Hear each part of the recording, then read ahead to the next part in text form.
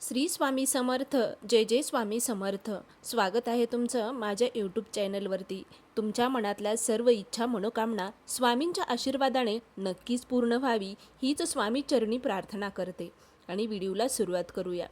लवकरच आपल्या आवडतीचा दिवस जवळ येत आहे, तो म्हणजे 20 मार्च. 20 मार्चला आहे स्वामी प्रकट दिन. तर 28 फेब्रुवारी ती 20 मार्चपर्यंत स्वामींची सेवा, 21 दिवसाची सेवा कशा प्रकारे करावी हेच आपण या व्हिडिओमध्ये जाणून घेणार आहोत.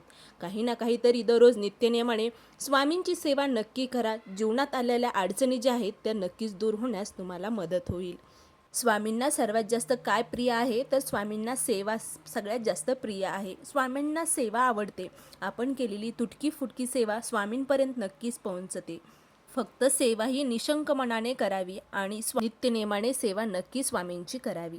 तर 21 दिवसामध्ये कोणती सेवा करावी जेणेकरून आपल्या सर्व इच्छा मनोकामना पूर्ण होतील? बऱ्याच सेवा आहेत. कोणती सेवा लहान किंवा मोठी नसते. फक्त आपण जी सेवा करतोय त्या सेवेविषयी आपल्या मनामध्ये कोणतीही शंका नसावी. तर स्वामींची सेवा कोणती करावी? सर्वात प्रिय असणारी स्वामींची सेवा म्हणजे नामस्मरण. श्री स्वामी समर्थ या पवित्र मंत्राचं जप करणं. तर नित्यनियमाने 21 दिवस सकाळी लवकर उठून आंघोळ करून आणि देवपूजा झाल्यानंतर स्वामींच्या मूर्तीपाशी बसून आसनावर बसायचं आणि स्वामींच्या मंत्राचा जप करायचा. श्री स्वामी समर्थ 11 माळी जप नित्यनियमाने करावा. त्याचबरोबर तारक मंत्र, जीवनातले अडचणी, दुःख, आजारपण दूर करण्यासाठी स्वामींनी दिलेला आपल्याला तारक मंत्र खरंच खूप प्रभावी असा हा तारक मंत्र आहे. निशंक मनारे, निर्भय मनारे.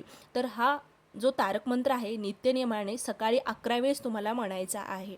स्वामींची हीच तर खरी सेवा आहे, जी की आपण उपास तापास न करता नामस्मरण जप केलं तर स्वामी नक्कीच आपल्याला आशीर्वाद देतात. त्याचबरोबर तिसरी सेवा म्हणजे श्री स्वामी चरित्र सारामृत या पवित्र ग्रंथाचं जे पारायण करायचं आहे ते 21 दिवसाचं.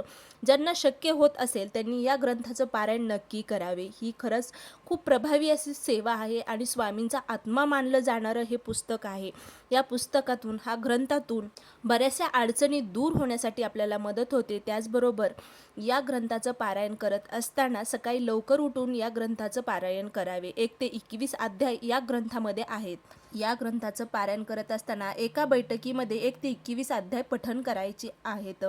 त्या अगोदर स्वामी स्तवन आपल्याला पठण करायचं आहे आणि त्यानंतर श्री स्वामी चरित्र सारामृत या ग्रंथाच्या पारायणाला सुरुवात करायची आहे. खूप प्रभावी अशी सेवा आहे.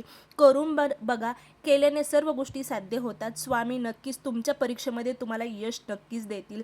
तुमच्या काही दुःख, आजारीपण असेल घरामध्ये तर ते निघून जाण्यास तुम्हाला मदत होईल. 21 दिवसाची सेवा आहे. 1 ते 21 अध्याय दररोज पठण करायचे आहेत. त्यानंतर स्वामींची आरती, स्वामींना नैवेद्य दाखवणे, नित्यनेमाने या गोष्टी करत चला. स्वामी अनुभव आपल्याला नक्कीच देतील. त्याचबरोबर 21 दिवसाच्या सेवेमध्ये स्वामी नामस्मरण, तारक मंत्र आणि ग्रंथाचं पारायण करून बघा. नक्कीच तुम्हाला अनुभव आल्याशिवाय राहणार नाही. 21 दिवसाची ही सेवा नक्कीच करा. श्री स्वामी समर्थ. जय जय स्वामी समर्थ.